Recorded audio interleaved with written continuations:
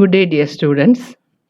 We were talking about Shakespeare in the bush and also Laura continuing with the story of Hamlet for the tribal people there. You find that there are a lot of things that Laura had to change in order to accommodate the culture of those tribal people, and she is doing it as she continues with the story. That much we have seen. So also the customs, which are totally different from that of the world outside, that is the Western world, and they won't just understand what it is. So the question comes that the question is that in a way, Hamlet's father's brother married Hamlet's mother immediately after the death of his father. So, in a way, that is the crucial point of Hamlet's revenge. And in the whole group approved of that story of the brother marrying the widow of the elder brother and looking after her and also the son of the brother. But Laura was too upset, let's see, because naturally this is not how she had envisaged or she had foreseen the storytelling. She thought that it will be understood by the whole tribe because it is understood by the whole world, means the other world, and there is a universality about it. So the story, they put the question whether Hamlet's father and Hamlet's uncle shared the same mother. The story didn't say whether they shared the same mother.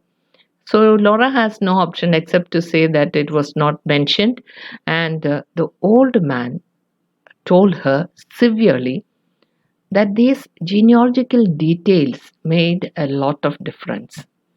And why is it so? Because if it is the same mother, then naturally your brother's wife and family will be yours. So if it is a different mother, then the story will take a totally different turn. So the old man, being the head of that particular tribe, was very critical of these statements which Laura made as part of storytelling. So you find that these details, the genealogical details, means the way you trace your ancestors. It is indeed very interesting and at the same time very important. So he was very severe with her about this particular point when she said that she has no idea because it was not mentioned in the story. Naturally, Shakespeare had not mentioned that because it is of no use in because the storyline is continuing in a different turn. That is why Shakespeare had not mentioned that. Laura continued with her narration in spite of the old man's criticism. She said that Hamlet was sad because his mother had married again so quickly instead of waiting 2 years, as was the custom of the Western world. Usually, you wait 2 years to get married once your husband is dead. And so, as a widow, will have to observe certain customs. And 2 years is the mourning time, the time to mourn the death of your husband. And so, naturally, that is the custom. So, uh, Hamlet was sad because his mother didn't wait so much of time. The next interruption to the story came from one of the wives of the old man.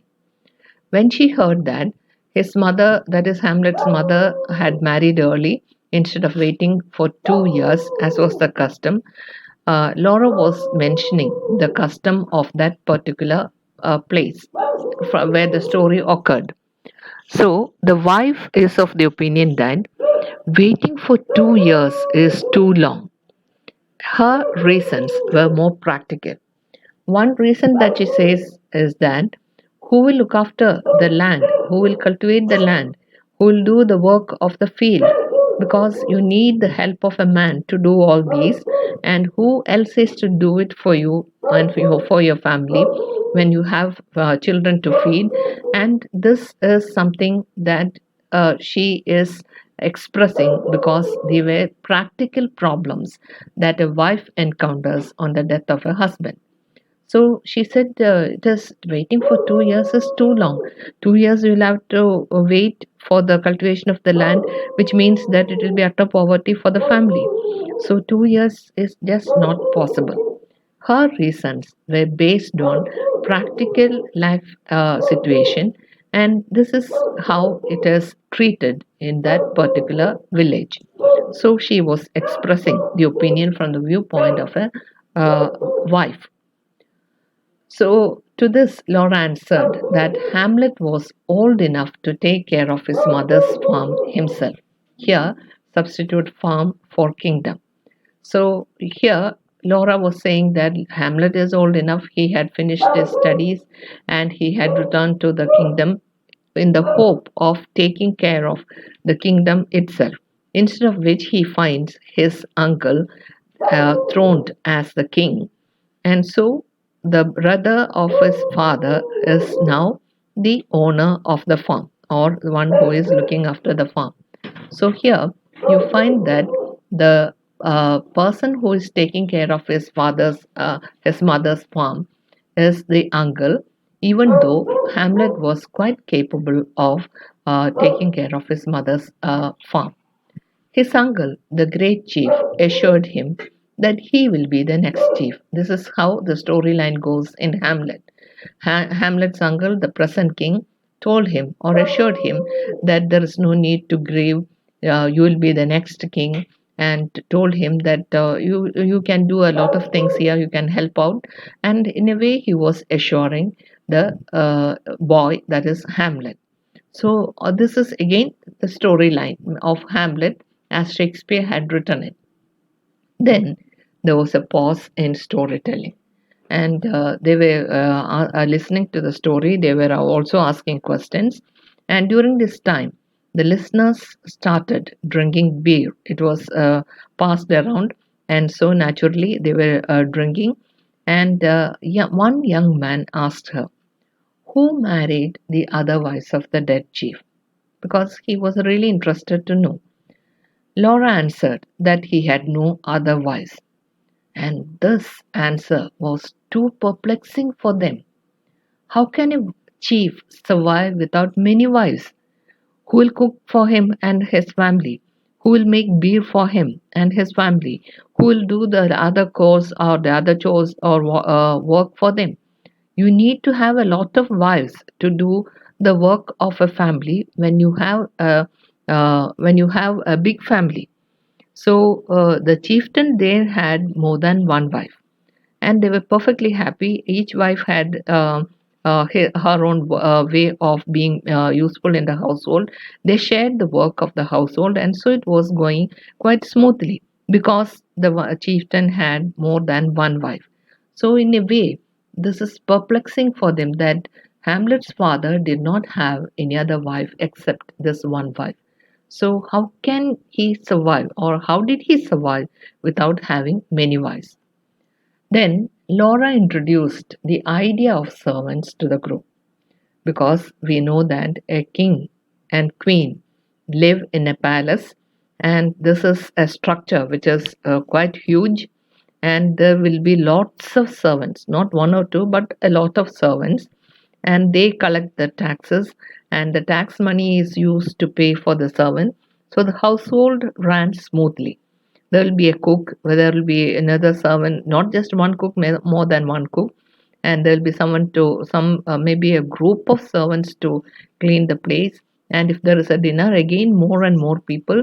So the idea of servants is indeed something quite accepted in the Western world, but it was not an accepted norm in the in the tribal people. They don't have servants. Whatever, till then they didn't have the idea of servants. And so when Laura told them that the work was shared by servants, and they were paid from the tax money, they just can't understand why it is so. Usually, the family, including the wives and the sons, did the farming and other works of the household. So, it is not employing another person to do the work, it is the duty of the people of the house to do the work. This is why when a husband dies, the wife immediately marries, and that man will take up the leadership and he will lead the wife and the sons and do the farming and the other works of the household. If one person is dead, then it means that that person's loss should be compensated by another person. So, this is how they have their culture. So they just cannot understand how a king can control or rule his kingdom. They thought that the kingdom is as small as their household and as their village. It is not so. And Laura did not enlarge upon the width or even the greatness of a kingdom. So naturally, she had thought that they will not understand. So why bother with that? The storytelling continued, but skipping a lot of details which will be difficult to explain and difficult for the villagers to understand. But Laura decided to keep the poison motive, how the king was killed by poison, and that motive was to be kept intact.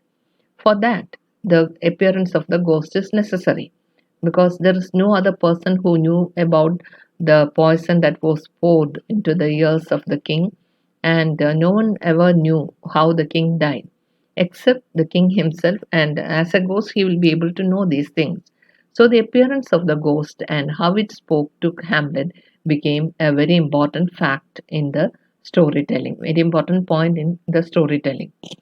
The old man considered it an omen because there is no ghost in their life or in their mythology or even in what they were that they believe.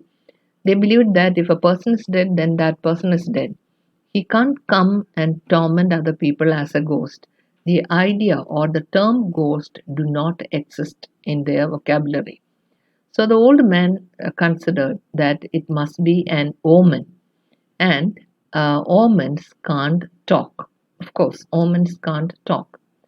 But Laura corrected him, saying that it was not an omen but a ghost. She was really insistent that it is a ghost. She is again introducing a new word to their vocabulary. She used the English term ghost here because there is no equivalent for ghost in their language. Because these tribal people didn't believe in the survival after death. There are religions which preach that there is a life after death and there is survival after death and so many things. But these people just do not believe in that. So they have no idea as to what happens after death. The idea of a ghost just do not enter uh, into their life or into their culture. So she gives a definition of ghost. You will find the definition of ghost in page 65. Just go through that. It is a clear enough definition. Again, the argument about touching zombies arose because she thought that zombie will be a better word because it is not exactly a zombie. They said it must be a zombie. So Laura emphasized that this is ghost, not zombie. Again, that clash of culture, ghost and zombie. Zombie from their culture, ghost from our culture. Zombie. What is a zombie? Zombie is a dead body the witches had animated to appear like the person himself and to sacrifice and then eat. This is what the witches did. So Laura gave another explanation for ghost. A ghost is the dead man's shadow. That is one explanation. The dead man's shadow. Shadow they can understand. But they said the dead man just do not have a shadow. We know that only if a living person stands against the sun, there is a shadow. So, shadow they understand, but a dead man's shadow they just cannot understand. You will find that there are more and more objections from the crowd. The old man pacified them, saying that whatever it be, let the story continue. So here you find that the old man is just avoiding the clash with the clash between the villagers and the Western world. So Laura has no objection except to listen to the old man, and he pacified them by giving a lot of excuses for Laura. And at the same time, they just do not accept the fact that their culture might be different from the culture that Laura comes from. Of course, they know that language is different, and Laura had learned their language, and they just do not believe that in Laura's world, people might be different, and their attitude will be different, and their way of life is different. They just cannot accept that. And even like the people or the idea of a servant and having a king and a queen, all these are a little bit too much for them to believe. So naturally, Laura's explanation about the ghost as a dead man's shadow is not acceptable to the crowd because they believed that the dead man just do not have a shadow. A dead man is a dead man. So there is no need to speak about a shadow. So here, the explanation that she tried to give for a ghost is indeed objected by the people who are there as a crowd. And naturally, they just argued because they are there to listen to the story, and story needs clarification because some of the things that Laura tells them, they just cannot understand. And Laura's explanation, although the explanation about the ghost being the dead man's shadow is her own invention, and she just made it at the spur of the moment, but even then, it is not acceptable to the listeners. So there are more and more objections from the crowd. The old man tried to control them or to pacify them, saying that, well, let the story continue and we need not raise objections, and it might be a zombie. That is how, maybe this is the way in which it goes. So they had a lot of objections to a lot of things, and Laura is finding it difficult to continue with the story because if she ever continued with the story in the same manner, there will be further clarifications, further objections, further clarifications, and she might not be able to tell the story as she had intended it to tell. And that is as a universal, the universality of the storyline, because in their world, there is no such customs, and the customs are totally different. So Laura just cannot have the idea of universality about the story. So here you find that there are a lot of things that she could have told them, but she was restrained by the lack of vocabulary, and also by the way things are moving, or the storyline is slipping from her because the storyline is not going as she had intended it to go, and so she will have to remain and tell them that this is not how it goes. So in a way, she is trying her level best to hold on to the reins of the story because Shakespeare had intended the story to be a revenge tragedy. And a revenge tragedy naturally ended with, tragedy always ended with the death of more than one person.